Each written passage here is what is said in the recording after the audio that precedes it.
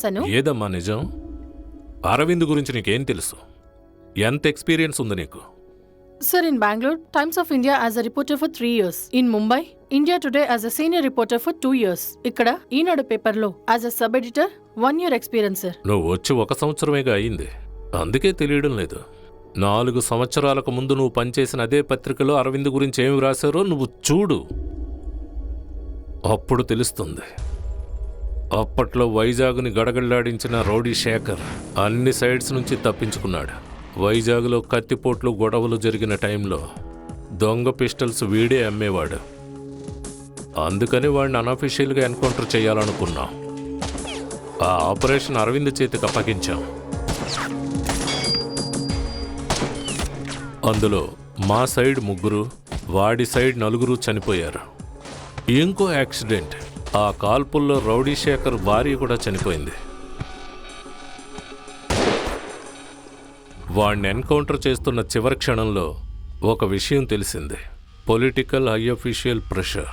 వాడిని ఎన్కౌంటర్ చేయలేకపోయాం, అరెస్ట్ మాత్రమే చేశాం.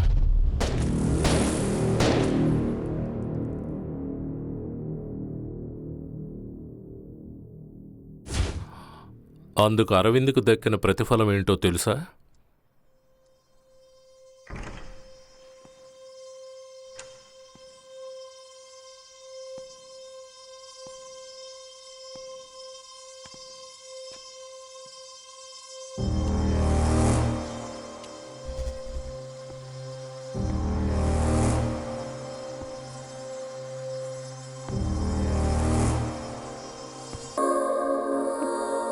అందర్నీ పోగొట్టుకుని మందుకు బానిసయ్యాడు.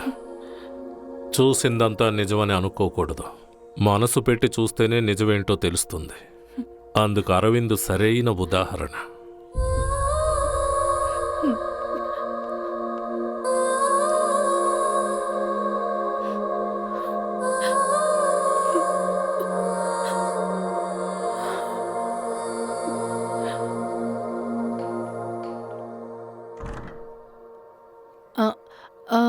నా పేరు వర్ష, ఈనాడు రిపోర్టర్ని.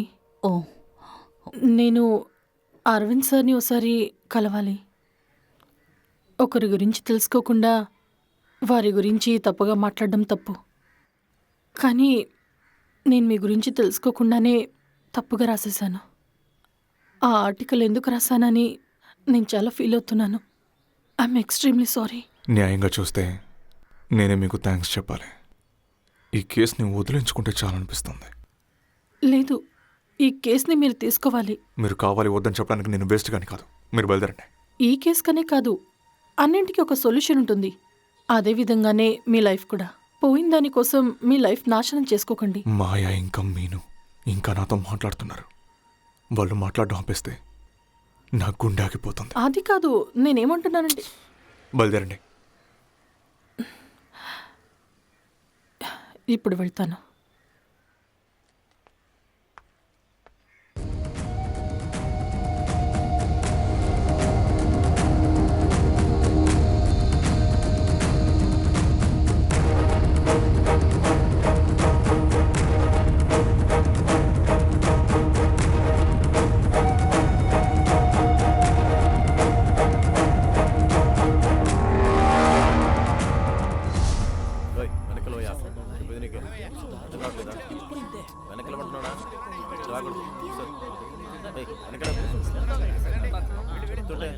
ఈ 2 రోజుల్లో కనపడకుండా పోయిన పోలీస్ బైక్ లిస్ట్లో రాజేష్ కుమార్ బైకే సార్ అది. అవును సార్.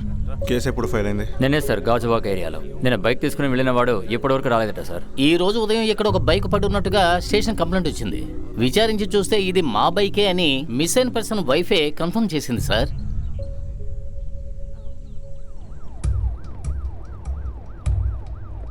చుట్టుపక్కల ఉన్న హాస్పిటల్స్ అన్ని ఎంక్వైరీ చేశాం. ఈ విధంగా యాక్సిడెంట్ అయి అడ్మిట్ అయినట్టుగా ఎటువంటి రిపోర్టు లేదు సార్. ఈ కమిషనర్కి కాస్త బుర్ర ఉందయ్యా. ఈ వారం 13 మంది కనిపించకుండా పోయారు. ఎవరెవరు మిస్ అయ్యారో అక్కడికంతా వెళ్ళి ఇది సీరియల్ కిల్లర్ కేసు అని చూస్తూ ఉంటే ఇదంతా ఏసీ చూసే పని ఏంటయ్యా? యూజ్లెస్. మిమ్మల్ని మీరే తిట్టుకోకూడదు.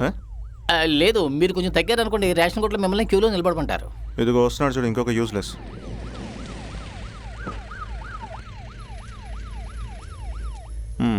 చూసావయ్యా, sir good morning sir. Good morning sir. ఆ సేమ్ చేయడానికి మనవాడు ఒక్కడే చాలు.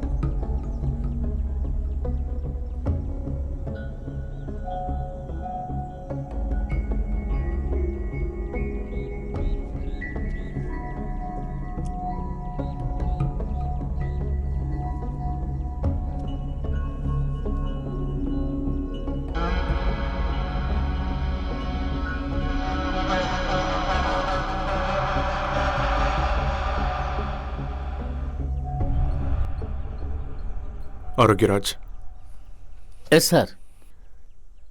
నాకు ఈ బూట్ ప్రింట్స్ యొక్క డెప్త్ మెషర్మెంట్స్ కావాలి. Okay sir. అరే ఎందుకయ్యా? ఐ థింక్ ఈ బూట్ ప్రింట్స్ మనం వెతుకుతున్న హంతకుడిది. ఏమయ్యా, ఇక్కడ ఎన్నో బూట్ ప్రింట్స్ ఉన్నాయి. అంతెందుకు, నా బూట్ ప్రింట్స్ కూడా ఉన్నాయి. ఇప్పుడు ఇది ఆ బూట్ ప్రింట్స్ కాదు. ఇలాంటి బూట్స్ని యూజ్ చేసేవాళ్ళు ఈ ఏరియాని బట్టి చూస్తుంటే ఖచ్చితంగా ఎవ్వరూ ఉండరు. అది మాత్రమే కాదు, ఇక్కడి నుంచి వెళ్ళి మళ్ళీ వచ్చిన బూట్ ప్రింట్స్ కూడా ఉన్నాయి. వెళ్ళేటప్పుడు ఉన్న ప్రెషర్ కంటే వచ్చినప్పుడు ఇంకా ప్రెషర్ ఎక్కువగా ఉంది. ఈ ప్రెషర్ని బట్టి చూస్తుంటే I think he was carrying something. అయితే ఏం జరుగుంటుంది సార్?